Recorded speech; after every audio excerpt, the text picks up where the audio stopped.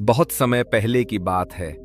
एक छोटे से गांव में, जहां मिट्टी की दीवारें भी बोलती थीं और खपैल की छतों से सपने टपकते थे, वहीं एक छोटी सी कच्ची झोंपड़ी में रहता था विजय। 14 साल का एक लड़का जो जन्म से ही गूंगा था। उसकी मां चंपा दिन भर लोगों के खेतों में काम करती थी। पिता बिरजू पहले हल चलाया करते थे, लेकिन अब बूढ़े हो चुके थे। टूटी खाट पर पड़े रहते, कभी कभी दांत पीसते हुए विजय को घूरते जैसे वो बोझ हो। गांव के लोग उसे गूंगा छोरा कहकर पुकारते थे। बच्चों के खेल में उसे कोई नहीं बुलाता और बड़े तो बात करने से भी कतराते थे। काहे का बच्चा है ये, ना बोल सकता न समझा सकता, बस एक बोझ है माँ बाप पे। पर विजय चुपचाप था, मगर अंदर से जिंदा।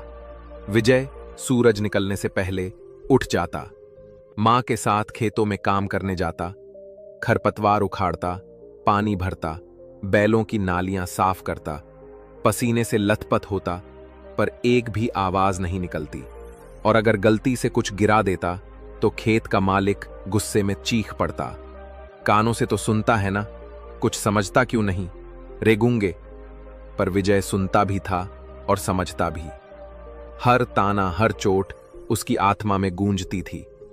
शाम को जब बाकी बच्चे लट्टू खेलते, विजय अकेला नदी किनारे की मिट्टी से खिलौने बनाता। कभी बैल, कभी छोटा घर, कभी कोई चिड़िया। यह उसका एकमात्र संसार था जहां वो अपनी चुप्पी से भी बोल सकता था। एक दिन उसकी छोटी बहन सुन्ना गांव की औरतों के साथ काम पर जा रही थी। वो विजय का मिट्टी का बना एक बैल उठाकर ले गई खेल में। वहां एक औरत ने वो बैल देखा और पूछा, ये कहां से लाई तू? भैया ने बनाया है, सुन्ना बोली औरत। वो बैल देखकर चौंकी। इतनी सफाई, इतनी कलाकारी। उसने उसे 2 रुपया में खरीद लिया। सुन्ना ने वो सिक्के विजय की हथेली पर रखे और विजय की आंखों में कुछ भीगे से चमक उठे। वो कुछ कह नहीं पाया, पर वो समझ गया था उसकी चुप्पी में भी एक पहचान बन सकती है।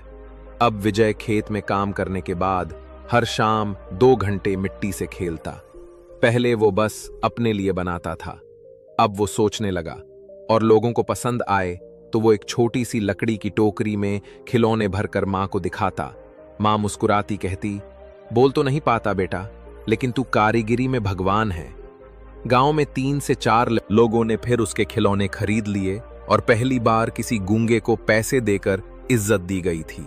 अगले दिन गांव के स्कूल के सामने विजय अपनी टोकरी लेकर खड़ा था। बच्चे खिलौनों को देखकर हंसते। कोई कहता, अरे देखो, गूंगा अब व्यापारी बन गया। एक लड़का उसके खिलौने को तोड़ देता है और वो बस देखता रह जाता है। कोई शिकायत नहीं, कोई रोना नहीं, बस आंखें नम हो जाती हैं। पर वो रुकता नहीं। उसी शाम वो फिर जाकर नदी किनारे बैठता है। इस बार मिट्टी उठाने के साथ साथ एक छोटा सा सपना भी उठाता है। अब हर सुबह पहले जैसी ही होती थी।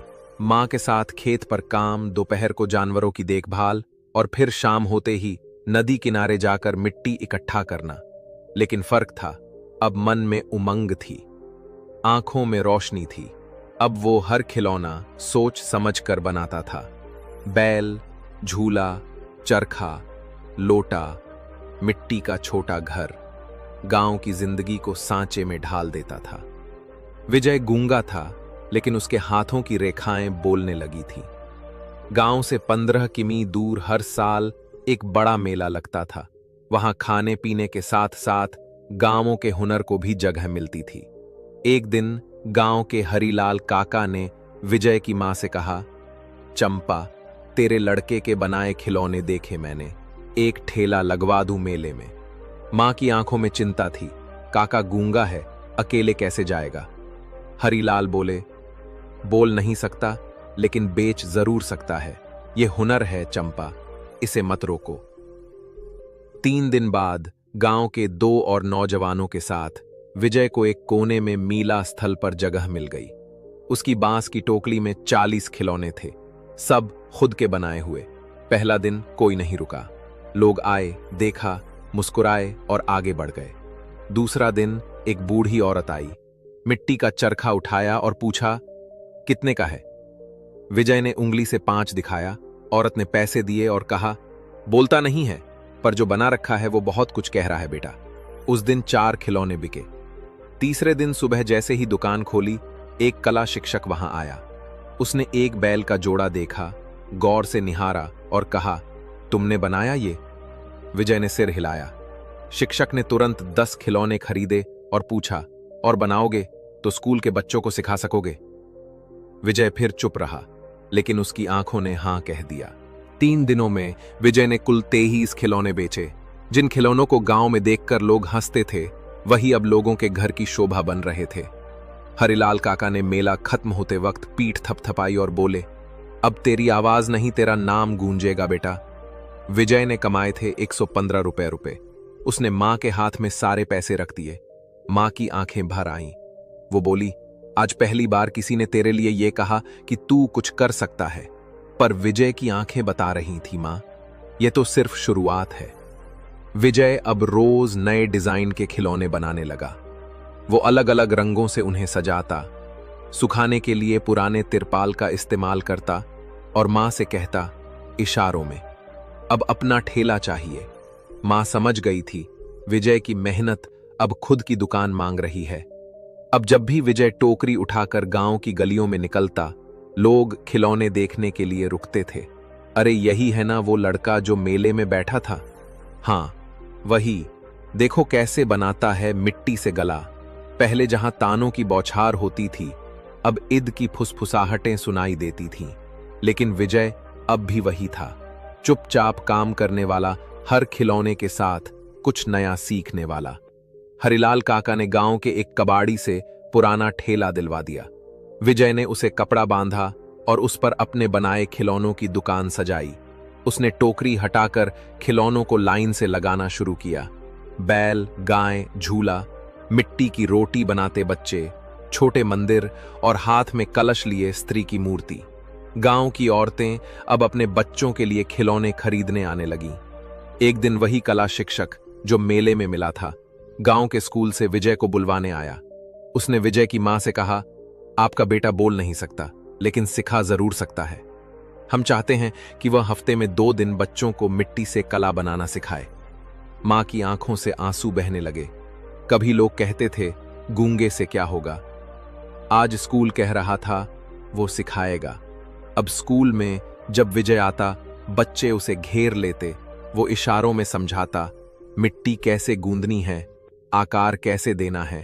वो बोल नहीं पाता था, लेकिन बच्चे ध्यान से उसकी आंखों, उसके हाथों को पढ़ते थे।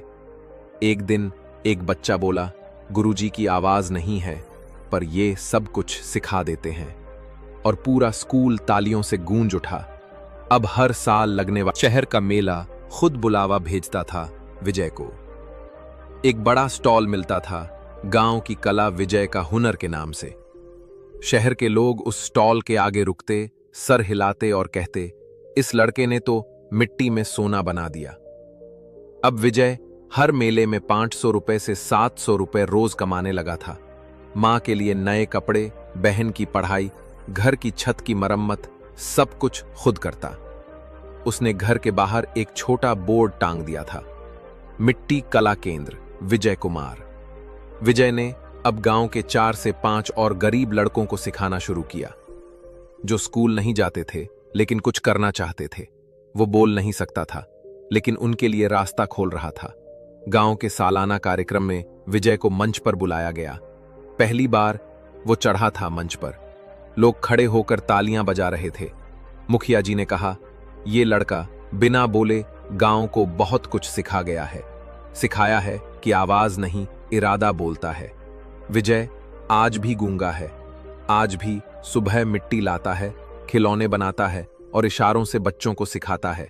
लेकिन अब लोग उसे गूंगा छोरा नहीं कहते। अब लोग उसे विजय महंत की आवाज कहते हैं।